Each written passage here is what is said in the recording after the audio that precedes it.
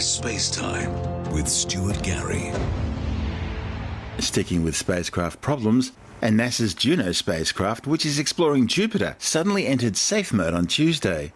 Early indications are a software performance monitor induced a reboot of the spacecraft's onboard computer systems.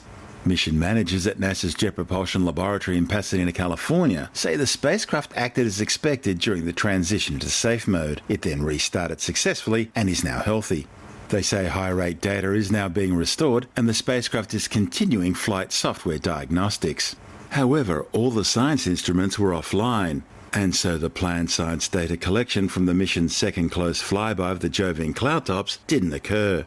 At the time safe mode was entered, the spacecraft was more than 13 hours from its closest approach to Jupiter, and so it was still well clear of the gas giant's more intense radiation belts and magnetic fields.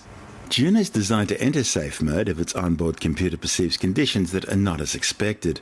In this case, the safe mode turned off instruments and a few non-critical spacecraft components and confirmed that the spacecraft was pointing towards the sun to ensure the solar arrays were receiving power. Meanwhile, back on the ground, mission managers are continuing to study an unrelated issue with the performance of a pair of valves which are part of the spacecraft's propulsion system. Last week, the decision was made to postpone a burn of the spacecraft's main engine that would have reduced Juno's orbital period from 53.4 to just 14 days. The next close flyby of the Jovian cloud tops is slated for December the 11th, hopefully with all science instruments working.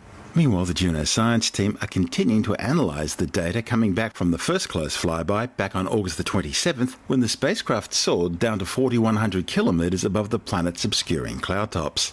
Revelations from that flyby indicate Jupiter's magnetic fields and aurorae are far bigger and more powerful than originally thought. Juno's microwave radiometer instrument also provided data giving mission scientists their first glimpse below the swirling cloud deck of the solar system's largest planet.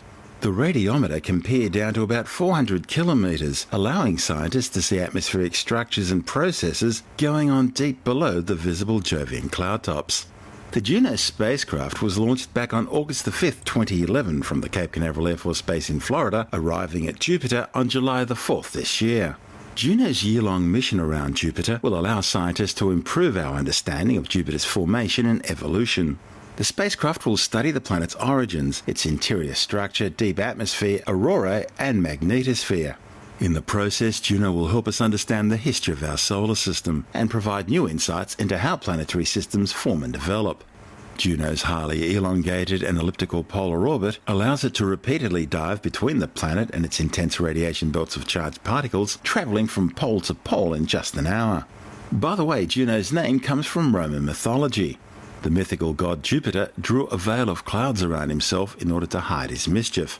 But the goddess Juno was able to peer through the clouds and reveal Jupiter's true nature.